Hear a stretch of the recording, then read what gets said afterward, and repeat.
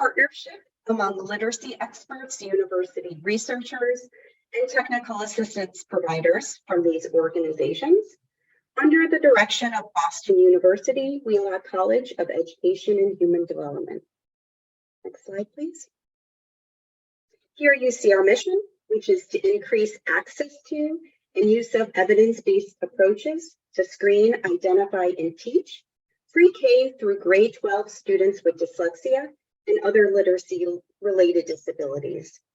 Our 5 priorities are to identify or develop free or low-cost evidence-based assessment tools for identifying students at risk of not attaining full literacy skills due to a disability, identify evidence-based literacy instruction, strategies, and accommodations designed to meet the specific needs of such students, to provide families of these students with information to assist their child, to identify or develop evidence-based professional development for practitioners and provide technical assistance to stakeholders, and disseminate our products to regionally diverse entities. Thank you, Cindy. You can stop screen sharing. Great, thank you. So again, I'd like to welcome you to our Reading the Room series, which centers on discussions with researchers, practitioners, and community members on the science of reading, evidence-based literacy instruction, and related policies that affect students and teachers. We're pleased to share this third event with you, focused on preparing pre-service candidates to teach reading. Today, the panelists will share their perspectives on the successes, challenges, and role of educator preparation programs in developing knowledgeable and skilled teacher candidates based on reading science. At this time, I'd like to introduce our moderator for today's discussion, Dr. David Chard. Dr. David Chard is Dean of Boston University Wheelock College of Education and Human Development. Previously, Dr. Chard was president of Wheelock College before its merger with Boston University. He was also founding dean of the Simmons School of Education and Human Development at SMU in Dallas, Texas. Prior to becoming an academic leader, Dr. Chard was an active researcher focused on studying instructional practices that are most effective at meeting the needs of students with learning disabilities. He has directed or co-directed grants and contracts totaling more than $15.5 million. He has held faculty positions at Boston University, the University of Texas at Austin, and the University of Oregon. Welcome, Dr. Chard. Good afternoon, everyone, or good morning, or wherever you are. It's a pleasure to be here. Sarah, thank you, and thank you to NCIL for hosting this Reading the Room event. It's a real pleasure to be with you all.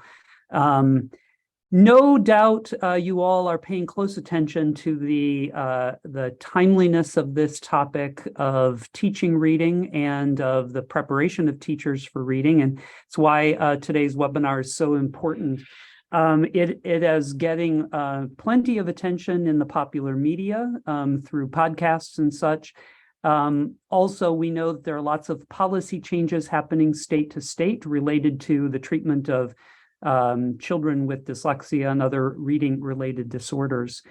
For today's conversation, we really want to talk about how we prepare teachers to serve the needs of children who fit into these categories of having dyslexia or other reading-related challenges. And I want to set the context for this by saying, you know, this is not a new topic. We have certainly thought deeply over the years about how it is we prepare teachers to work in diverse multilingual classrooms, to prepare children to be strong readers and writers. And it's also important to know that the science of reading is not the science of decoding, though certainly that is a very important element of learning to read. The science of reading really touches across a number of important domains and disciplines that have been developed over many decades. So I've asked today's panelists to be thoughtful as they converse about the topic of preparing teachers to be effective reading teachers in pre-service education. So let me get to it. I should say one other thing. I also taught reading methods courses, reading methods as well as reading and content area methods courses. And of course, as Sarah mentioned, I now lead a college that prepares reading teachers, reading specialists, and reading interventionists. So I have a deeply personal and professional connection to this topic. I'm delighted to introduce to you a terrific panel of folks to have my discussion with. So let me get to introducing them. First, I want to introduce Holly Lane. Dr. Holly Lane is the Irving and Rose Fine Professor of Education at the University of Florida and Director of the University of Florida Literacy Institute. I'm sure she's a friend and known leader for many of you. Her research focuses on the prevention of reading difficulties through effective early literacy instruction, the remediation of literacy skills for students with dyslexia, and methods for helping pre-service and practicing teachers develop the knowledge and skills they need to be effective reading teachers and interventionists. Dr. Lane has directed more than $20 million in grants to support reading research and the development of teachers and researchers. Holly, welcome. It's good to see you. Thanks so much. It's wonderful to be here. Great. And next is David Brobeck. Dr. David Brobeck is a research associate with the University of Cincinnati Systems Development and Improvement Center, where his work intersects literacy and leadership. David taught middle and high school reading and language arts for 17 years before serving as a principal and superintendent for 18 years. Prior to his work with UCSDI, David was a graduate professor at Walsh University. He holds a Ph.D. in education leadership from Kent State University. David, welcome. Great tie. And Heather Peske. Great to see you, Heather. Dr. Heather Peske is the president of the National Council on Teacher Quality. She comes to NCTQ from her role as Senior Associate Commissioner for Instructional Support in the Massachusetts Department of Elementary and Secondary Education.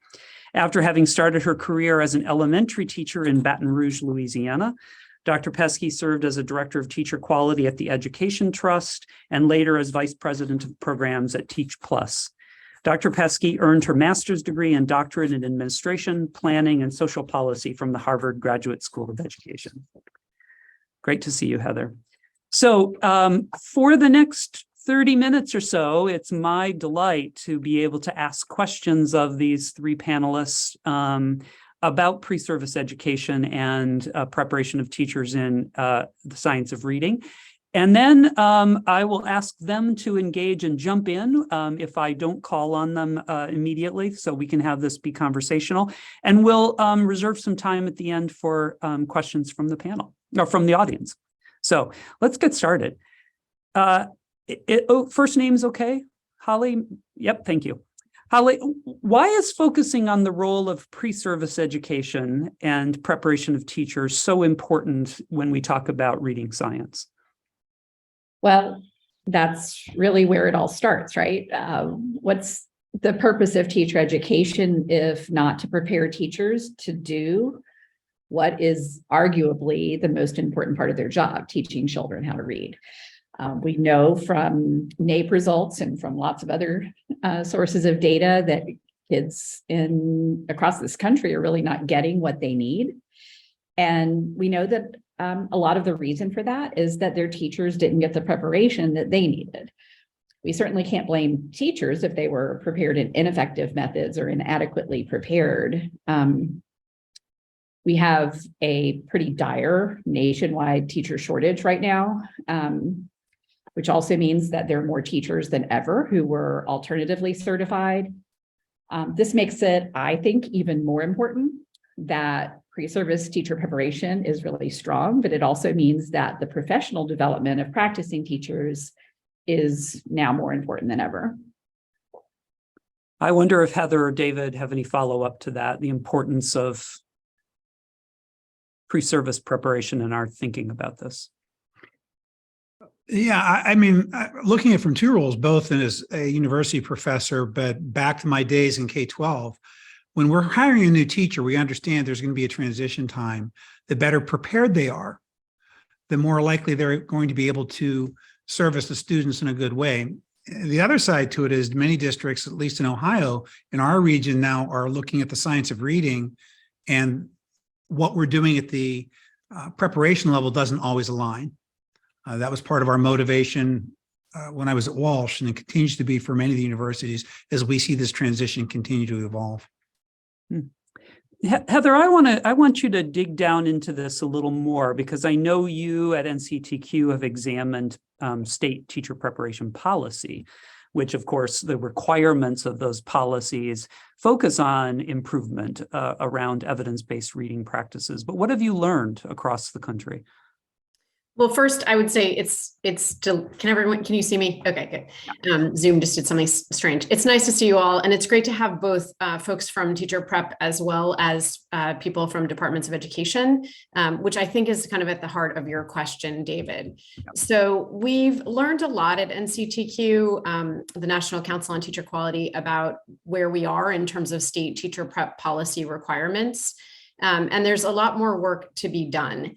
So we know from the National Institutes of Health that the rates of reading failure in our country can be reduced to less than 1 in 10 students when teachers provide reading instruction grounded in the science of reading. So we need to really accelerate these efforts. And when we do analysis on state policies at NCTQ, we see that a majority of states, we found 32, have standards that require approved teacher preparation programs to provide scientifically based reading instruction. But the standards really vary in terms of specificity and in terms of how the states ensure that the teacher prep programs adhere to those standards via their program approval process. The good news is several states have recently adopted frameworks and requirements that promote scientifically based reading instruction. You may have heard, for example, of the so-called Mississippi Miracle. Mississippi has quite a coherent approach to their state policy, as well as their capacity building for teachers, both in pre-service and in service. And I would say the most efficient way for states to determine that their programs are teaching essential content and that their teacher candidates are ready to teach children to read is to use a strong licensure test in reading that measures the extent to which candidates have knowledge and expertise of these evidence-based methods.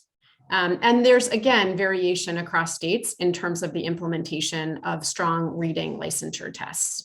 There's still quite a long way to go. So I'll just pause there because I've said a lot, but I can certainly dig in more. Yeah, I think it's fascinating. I want to ask both David and Holly, who have had experience in teacher preparation programs like I have. You mentioned something in your comments, Heather, about coherence in Mississippi. It's often the case, I believe, that teacher education programs do not strive deliberately for coherence from institution to institution. So I'm curious whether or not either Holly has experience or David has experience in their various regions of the country where there's an effort to build coherence across institutions, or whether the only way to get at it is what Heather's describing, is test them after they've received their degrees. So just comments about that issue of coherence. I do agree that one of the things that has actually driven real changes in teacher preparation programs in Florida have been changes in teacher certification examinations. That's absolutely true. When a program is proud of their pass rate and all of a sudden that pass rate goes down, they'll change to make sure that the pass rate goes back up. So it's unfortunate that that's one of the key drivers to change, but it's absolutely true. I think also some of the policy initiatives that are very well-meaning in terms of having different or higher expectations for teacher preparation in reading sometimes have unintended consequences where programs change in ways that aren't exactly what the developers of the policy intended. So that's just another kind of issue that can lead to a lack of coherence. You're veiling something there, Holly. Tell us what you really mean. What are you trying to say? Oh, well, so for example, we had a policy change in Florida a few years back where there was an expectation that teacher preparation programs include multisensory methods. And there was really very little guidance for teacher preparation programs and what that even meant. And so there were some programs that said, well, reading by its very nature is multisensory. So you're hearing and you're seeing. And so teach reading, that's multisensory.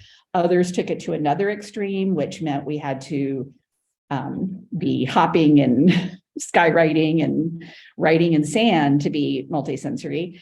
And others looked more toward the research and what does the research actually tell us about multisensory instruction, and that focuses more on the articulatory gestures of phonemes. And so there are a lot of different applications of what would seem to be just a simple line in legislation. So how it gets applied, sometimes without very explicit and deliberate guidance, can be kind of all over the place. Yeah, that's really interesting. David, this might be a perfect segue to your role at the Ohio P20 Literacy Collaborative.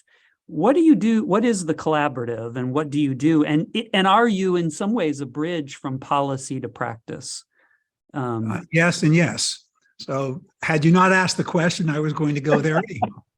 So the P20 Collaborative, it was born out of the Ohio Dean's Compact, which has been in existence for about 10 years.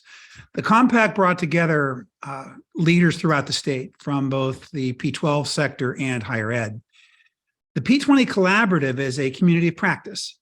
So when I was introduced to it, I was still at Walsh University. The grants were starting to be talked about to convert to the science of reading for IHEs. And I walked into a room filled with people who were examining syllabi from around the state. Different institutions that we were taking a look, what looks good, what's right, what's going to work. We actually house sample syllabi through the Ohio Dean's Compact that any IHE can borrow.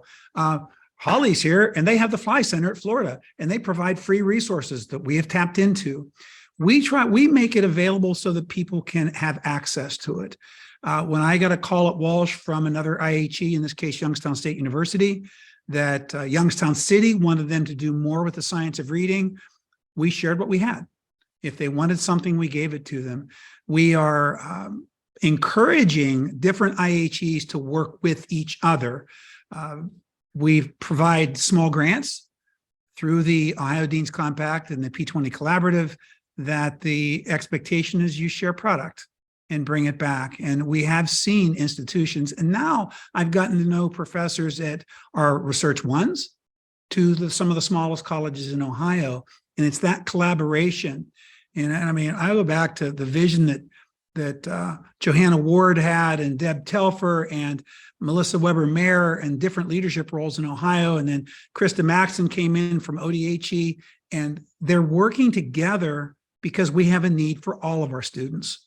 You know, I saw Aaron Bowie from Youngstown was one of them. I saw his name pop up, and you know, Aaron is an African-American leader in Youngstown City Schools.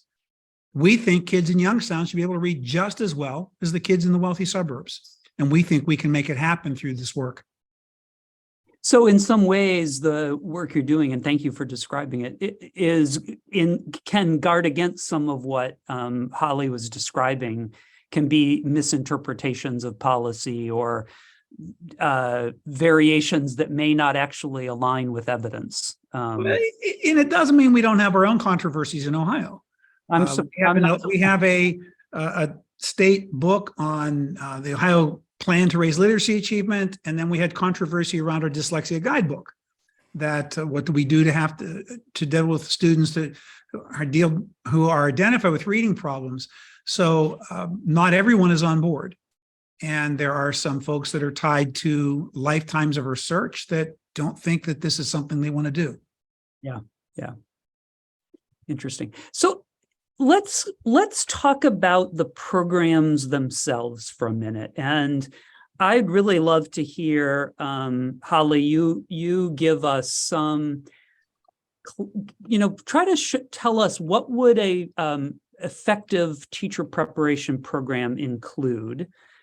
And then I'm also going to ask you, Heather, to talk about what NCTQ guides people on, or perhaps analyzes, what are the standards of what an exemplary teacher preparation program would look like in the area of reading. So Holly, why don't you jump in and start us off? Sure. So, we talk a lot about what kids need to become effective readers. So we know that in the early grades, they need explicit and systematic instruction in foundational skills. They need ample opportunities to practice those skills. They need feedback on how they're doing. And that's what gets them to the point where they can access text on their own and do that effectively. So at that point, they also need a strong command of spoken language and so forth. So I think there's a really strong parallel with what teachers need. All those same things apply. Teachers, when they're just starting out, in order to become an effective reading teacher, they need very explicit and systematic instruction in the foundations of teaching reading. They need to have ample opportunities to practice what they've learned, and they need lots of feedback on how they're doing. I feel like the feedback piece is a part that is sorely missing from a lot of teacher preparation, and a lot of practicing teachers don't get feedback on their practice either.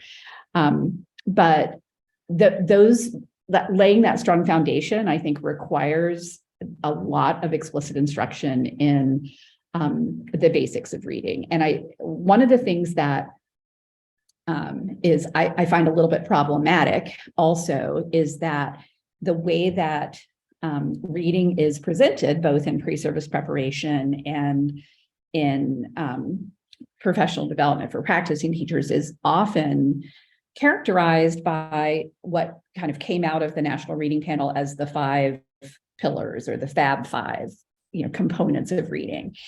And although it's great that teachers now, compared with teachers in the 90s before the National Reading Panel came out, can tell you what are these key components of reading, that's a huge improvement. But the thing that I find problematic about it is that the way that that's presented as these 5 separate constructs really does a disservice, I think, because there isn't nearly enough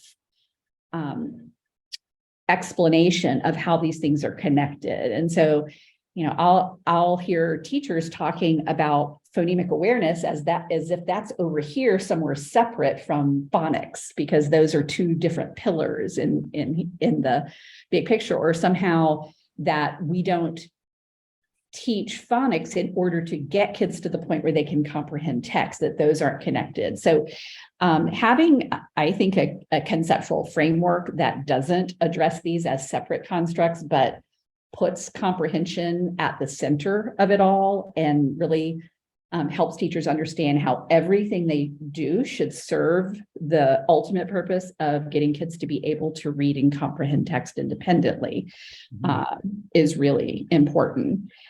I feel like a lot of what they need as well is strong background knowledge about the things that go into teaching reading. So one of the key things is they'll need a really deep understanding of the English language. It seems really obvious when we talk about what part of what makes a good math teacher is they understand math really well. And to make a really good science teacher, they need to understand science really well. But somehow we don't connect deep understanding of linguistics as part of what contributes to a good reading teacher. You need to understand all of the different elements of language well. And then the other piece of that, I think, is understanding, having some basics in cognitive psychology, understanding how people learn and what goes into making sure that happens. That's thank you. That is really, you've laid it out really well. I'm taking some notes because I want to echo this back in a bit. But Heather, build on that, maybe talk a little bit more about how NCTQ analyzes whether or not policies and or programs are doing the kinds of things that Holly mentions. Thank you, Holly. I think this will build, I'll build off of your comments. So right now, NCTQ is engaged in what we call the Teacher Preparation Review Reading Foundations Standard. And basically what this is together with EdPrep faculty and reading content experts from across the nation, we developed a set of standards for what teacher preparation programs, those preparing elementary teachers who will be licensed to teach reading, including teachers who are teaching students with disabilities, teachers teaching multilingual learners. We set this set of criteria. And I would be remiss if I didn't acknowledge Linda Diamond is on this webinar, I noticed, and she's the expert who is leading this work for NCTQ. So I'm the one who gets to talk about it, but Linda's really the one we rely on to do this good work. Shout out to our friend Linda. Hey, Linda. So to your point, to your question, David, and to your good point, Holly, what is NCTQ looking for? Now that we've set these standards, we're going about the process of analyzing and reviewing these different programs. And so we believe, based on the evidence and the research, that an exemplary teacher preparation program in reading, like Holly described, thoroughly covers the 5 components of scientifically based reading instruction: phonemic awareness, phonics, fluency, vocabulary, and comprehension through multiple instructional approaches. And I just want to underscore, to Holly's point, like braiding these 5 components together through multiple instructional approaches is really important to preparing teachers to teach reading. So what does that specifically mean? First, there should be support for understanding for aspiring teachers. So the readings or the textbooks should explain the research underlying the components and their application in reading instruction for all students.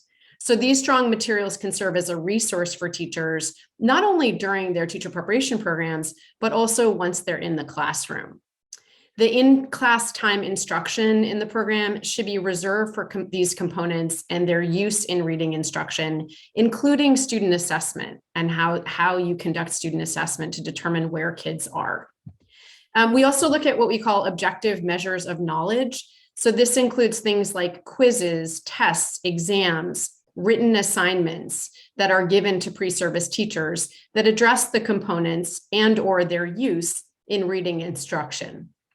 And finally, as Holly said, we look at the practice and the application with K-12 students. So we consider what opportunities are available for these pre-service teachers to practice teaching these specific components, including, very importantly, in clinical practice sessions. So they get not just practice, but also feedback. We also know that exemplary programs have reciprocal partnerships with their local school districts and schools, so that there's an alignment between the methods that the teacher prep program is using to teach reading and the curricular materials that the district or the school is implementing, as well as the student teaching programs, so that all educators and administrators are on the same page as we prepare these teachers to go into classrooms about what effective reading instruction looks like. Also importantly, and this is different for us in this review, exemplary programs don't teach aspiring teachers to use methods of reading instruction that are contrary to the science and that have been demonstrated to be practices that just simply don't line up with the research. So methods such as 3Qing, which has been proven to be ineffective and also harm students by taking away the time and the focus from proven methods. We're doing analysis to see to what extent do the programs include these methods that simply we shouldn't be wasting our time teaching pre-service teachers to do. So what we're doing now is we're doing this analysis and we're identifying programs from which we can learn, trying to highlight those programs that are really stellar in terms of all of these components, and also giving feedback to programs about areas of growth. So when I put together the list of things Holly outlined and the framework you described, Heather, I am, as a dean of a teacher education program, frightened that I don't have enough room. I don't have enough time with my pre-service teachers. So I'm curious about how you think about what is the threshold of where do I fit everything else in when I create proficient reading teachers? And I know other deans will be asking the same thing. If I have essentially 2 years, maybe 3 to prepare a teacher well, is there room in a typical teacher education program for everything we're talking about? Or is there a threshold of knowledge necessary to become a teacher, and then we think about preparation really extending into classrooms? That's open to anybody to answer. Just curious. I can jump in. I mean, I think that the fact that we have some teacher preparation programs that are doing this very well means that it can be done. So that's part of what I like to do generally as a leader, is try to highlight what's possible and where people are doing this in terms of meeting really high standards for preparation, and learn how they're doing it and then replicate that. That's how we scale good ideas. I think to your question, David, about like, is there a developmental trajectory we should expect for teachers? Certainly. And I think we could use much more specific clarity about like what is absolutely critically necessary for pre-service teachers to learn before they step in on day one in the classroom. Because part of the problem is that the way that we structure teaching and the job of teaching means that you're responsible for those 25 kindergartners in front of you. That's right. And so it would be great if I could have the luxury of saying, let's give Holly 3 years to really develop and build her capacity to teach reading. But in the meantime, 60 kids, if she has 20 students per one of those 3 years, 60 children have perhaps not learned as much as they could or should have because we assumed a developmental trajectory. So I think this would be helped if we did a better job of being like even more specific about what teachers must know and have. And that's what states are trying to do through their reading licensure exams, as well as some of their assessments, performance-based assessments. So I think it's a critical and important question. And until we change the job of the teacher, we have to assume that we have to prepare them to be ready on the first day in the classroom. I appreciate your candor. I just know I was a much better teacher in year 8 than I was in year 1, right? I understood children better. I understood the tools I had at my availability. So anyway, Holly, anything you want to add to that? Yeah, I am feeling that right now. Our program at UF, for a lot of different reasons, just changed from a 5-year program, a bachelor's plus master's program, to a bachelor's only program. And so we have gone from the luxury of having 5 reading courses, including a practicum that's not including children's literature or other language-based courses, that's just teaching reading, where by doing all of that, we were able to put out some amazing reading teachers from year 1. They went out and could teach anybody how to read. So we had to back off of that lofty goal when we went to a 4-year program and figure out really what was essential to include for a beginning teacher. And our teachers now don't leave with the same capacity to provide intervention for struggling readers that they did, but they can at least do basic tier 1 instruction still very well. And so I think that's a big part of it, is determining what is essential. And yes, I would love for everybody to be able to teach anybody how to read, but it's just not realistic in a lot of settings to be able to have enough courses, enough experiences to get to that goal. Right. And as was mentioned at the top, I think the shortages of teachers currently that we're facing in many places both makes it even more important that we focus on the effort we are putting into teacher preparation, but also are mindful of the fact that we have to do as good a job as we can with the teachers we're recruiting.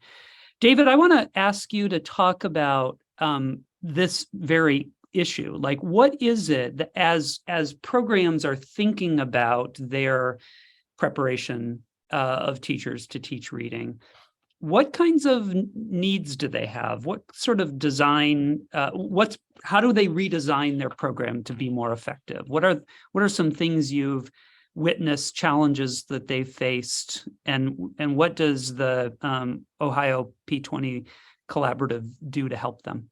Well, first of all, let me go back to it is the P20 collaborative. So we talk to our partners. We want to know what are our P12 districts, what do they need? What are they looking for? So part of it is we started foundationally, we need to have a solid foundation of what's in the courses, what are in the syllabi. We have 2 Ohio literacy leads, Michelle Elia, that many people know, and Carolyn Turner. When I was at Walsh, they helped us rewrite our courses. So we wanted to make sure that we were getting the best resources we possibly could to do that. But we also partnered with our regional service centers and a district that was very, very interested in making sure their classes and their classrooms were embedded with the science of reading. So talking to the people who are, it's kind of like if you want to know what the students think of your class, ask them. If we want to know what our P12s think about what we're doing in preparation, we need to ask them. So that's what we did. Beyond that, the element of it, and I'm going to go to some of the things about preparation, as a superintendent, if I can put that hat on for a second, I did understand I needed to develop the teachers. I do understand they're going to come in, even if they, the most outstanding student that finishes, when I was at Walsh University has 4 years in, they're ready to go and they're gung-ho. There are still some things that are challenging. And, the kids that don't show up for class, and then you have discipline problems you didn't know you didn't have in student teaching, and some of the other things that go with it. How do we get them and how do we nurture them? I put in the chat the All Ohio Literacy Org website. We have developed some free tools that I said to one superintendent, look, don't disqualify somebody because they didn't attend this institution that does the science of reading. Let's give them some of these tools, see if they're willing to learn. As a superintendent, I wanted teachers willing to grow, who wanted to grow and wanted to get better. And if they didn't have it, can I teach it? I think more from a sense of urgency than being patient. So I'm going to do what I have to do, surround them with good teachers, surround them with good mentors, get them in situations where they're teaming and they're not all by themselves, they're not isolated. Those are things we can do, and we can help from the IHE level to the P12. And that's why, again, I'll go back to our P20 collaborative. We have a bunch of people in the room. We have our teachers and we have administrators from the P12 and we have professors and deans. Everybody's there. And if we're doing it right, we're listening to each other and we're building from that. Does that make sense? It does. It does. I wish every state had the same level of support. I think many are. Go ahead. Sorry. No, I want to add, I was at the AIPL convening in Washington, D.C. in Mississippi. They were there. And one of us made a comment about, wow, you guys, the Mississippi Miracle. And one of their State Department individuals said, well, we have the rules, but we have told the IHE prep program, I guess you can continue to do what you want. We'll decide what is required to certify your graduates. And that's a little bit different position. Suddenly the P12 sector is saying, yeah, okay, do what you want, but we're testing for this. We're expecting this. We want your graduates to have that. And they make it public. And I think was an amazing answer. Yeah. So Heather, talk a little bit about that as a former senior associate commissioner here in Massachusetts. Like, is that how the state of Massachusetts thinks about it, or did, at least when you were in a leadership role? Well, I just left in the spring, and Claire Abbott, who's the director of educator effectiveness, is on this webinar as well. And she leads this work, both the setting the standards for pre-service and reviewing teacher preparation programs. So I think this goes back to my earlier noun, and that is coherence. So I just cannot stress enough how important it is. And there are a number of state agency folks on the call, but what we tried to do in Massachusetts was build a coherent state approach to increasing reading outcomes for kids. And teacher prep is a huge part of that, and it's not the only part. So we did things like we aligned the standards for what students should know and be able to do with the expectations for what teachers and administrators should also know and be able to do, both in service and pre-service. So we aligned what we call our subject matter knowledge requirements for aspiring teachers. We aligned that to the ELA curriculum frameworks that we have for students. And then we used our licensure test, the Foundations of Reading licensure exam, which is a requirement for all elementary teachers to take and pass. We used that exam, again, as a measurement of the extent to which the students had met these standards. But we also did things like we provided millions of dollars worth of access to high quality instructional materials, high quality curriculum that we vetted and approved and said, districts, you can choose from this list of curricula, but it has to be this list. And you can choose from this list of professional development providers, but it has to be this list. And all of that reading curricula is high quality and has been vetted by Massachusetts teachers as well as national organizations. So I would give some other examples. I mean, we did things like increasing the capacity of in-service educators. So last winter, we opened up these courses we call OPAL, which stands for Open Access Professional Learning. And we were offering a curated selection of PD opportunities for both teacher prep faculty as well as in-service teachers to learn more about early literacy and the science of reading. And despite the fact that we were in our third year of a pandemic and teachers were exhausted and Herculean, those courses were oversold within a matter of hours.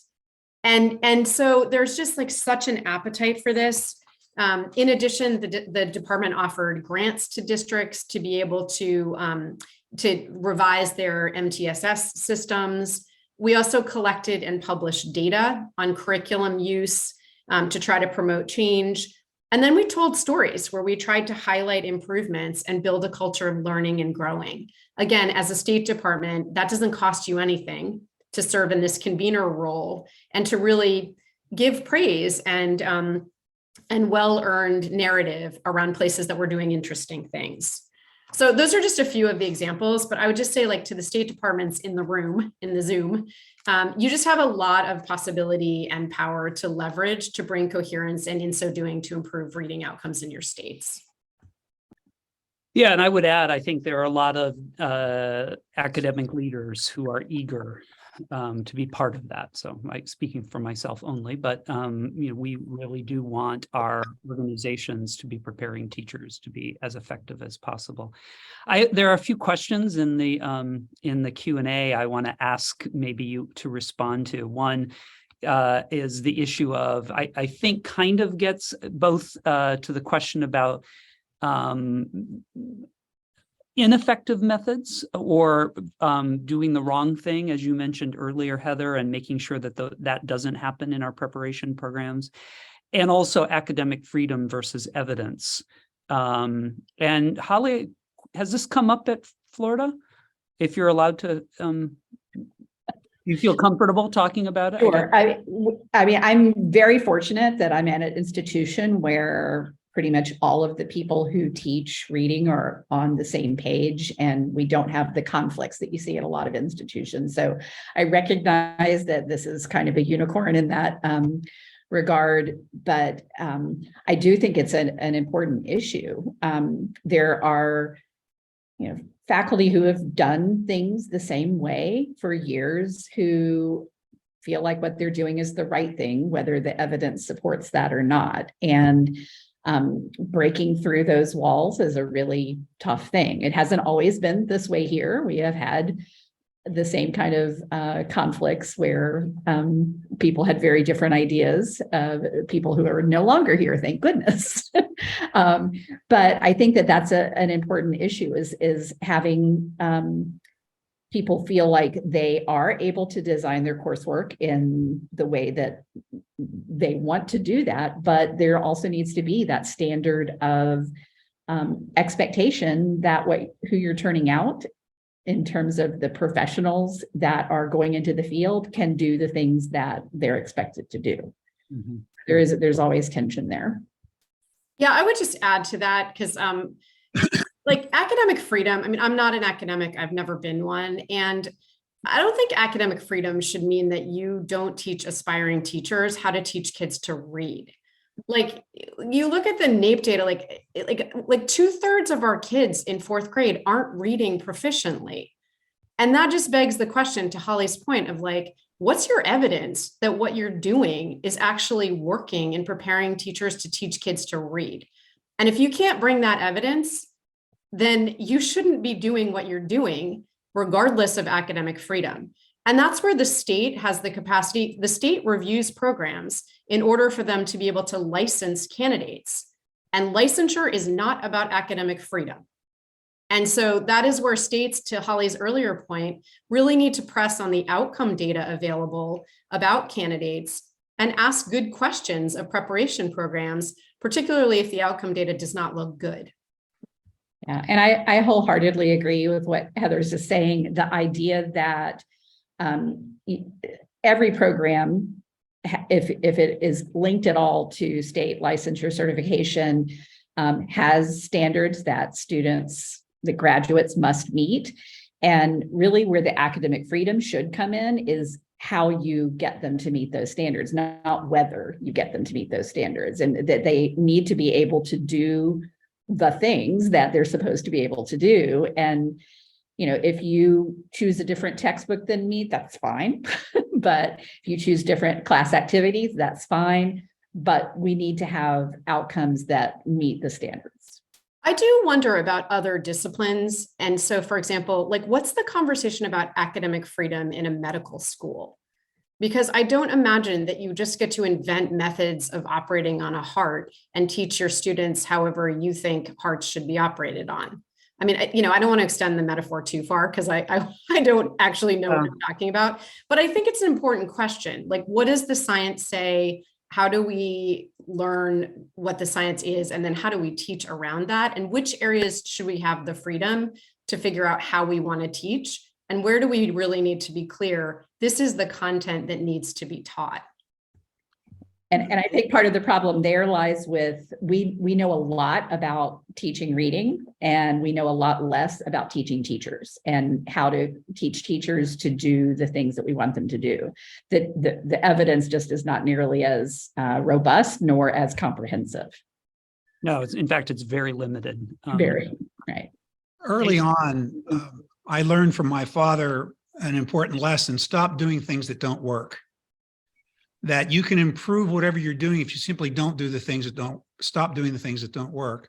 And it applies to most, and it applies to your question, because part of it is, as in administration or leadership, if we review the evaluations and students coming from teacher A or professor A aren't as good as they should be, what are they doing that they could stop doing? Are they teaching something that's ineffective, that doesn't align? And it goes back to what my point about Mississippi. They did exactly that. We expect this. If you don't, your students aren't meeting it. So I agree that the whole thing about academic freedom and then is not about you get to do anything you want.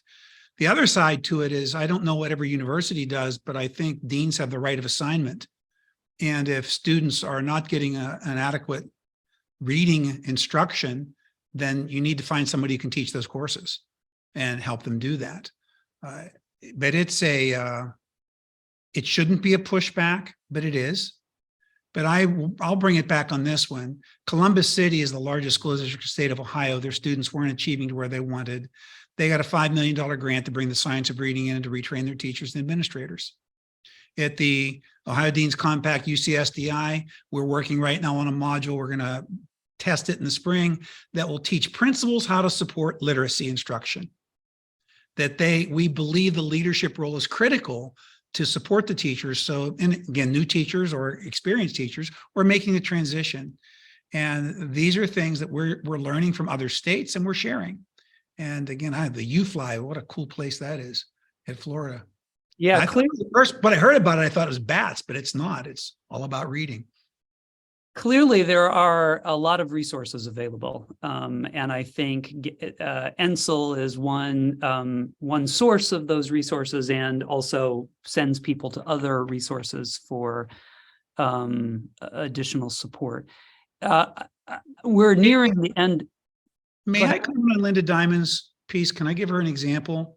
Youngstown City Schools said to Youngstown State, it's in the chat, Youngstown State University, we want you to move to the science of reading. The state support team in our region, State Support Team 5, had the access, and that happened because of it. Youngstown State made the transition because their biggest P12 partner said, we expect this of you. So others can do that too. If the school systems say it and they demand it, it'll happen. Well, I think one of the interesting things about the context we're in currently is that more people have joined the discussion, right? We're seeing parents and nonprofit organizations pushing for change that during the Reading First days, we didn't have those partners. We didn't have allies that were helping us push from different directions. So I appreciate, David, your point that school systems that recognize they need to change can say to the preparation providers, we're not interested in your graduates unless they can do the kinds of things we need them to do. I'm curious about, I have 2 minutes. Well, let me skip. I was going to ask about how we teach teachers about the nature of evidence, but that may be another webinar. But there is a question about the shortage of teachers and what we do for alternatively certified teachers who are not getting adequate preparation, who are not coming through any preparation program. Is there a source of information or support you would recommend to school districts to get them ready? I see someone telling me that Holly's got all the answers. Holly, do you have an answer for that? I have very little answer to that. That's something that we're trying really hard. We're working on really hard. We are currently in a lot of districts, working with practicing teachers, a lot of whom came from other fields, have had zero coursework in any kind of teacher preparation, let alone reading instructional methods. We have been working on what we describe as an educative curriculum. We have things set up in such a way that by teaching the lesson plans that we provide teachers, they actually learn more about teaching reading. And that has made a tremendous impact on a lot of these teachers. But that is a pressing problem that I don't see going away anytime soon. Having lots of teachers who are either unprepared or underprepared, that we really don't have any kind of mechanism to keep up with the demand at this point. Yeah, and I suspect, as Heather pointed out in the chat, states are going to have to bring investment to this in the future. We are out of time. I want to pass it back to Sarah, I believe. But let me first thank Holly and Heather and David for joining us and sharing their expertise. And it's good to see you all. It's good to know we have allies who are working on this enormous challenge. And again, it's not a new one, but the more we know, the more I think more challenging it is to watch us continue to do things that are not effective in classrooms. So let me stop. And Sarah, are you taking over? I am. Thank you, Dr. Chard. So I just wanted to say thank you to BU Wheelock for hosting this event, Dr. Chard for moderating the discussion, our panelists for sharing their perspectives and experience, and our attendees for participating today. We hope you join us for future Reading the Room events. You will receive a recording of today's event, and it will also be posted on the NCIL website. And a brief feedback form for the event will automatically launch in your web browser when you leave the webinar, and we kindly ask for you to complete it then. To stay abreast of the latest NCIL news and information, please follow us on Facebook at Improving Literacy or on Twitter at NCIL Literacy, and sign up for our newsletter at improvingliteracy.org. Thank you again for joining us for the third Reading the Room event in our series and your interest in promoting evidence-based literacy practices. Have a great week, everyone.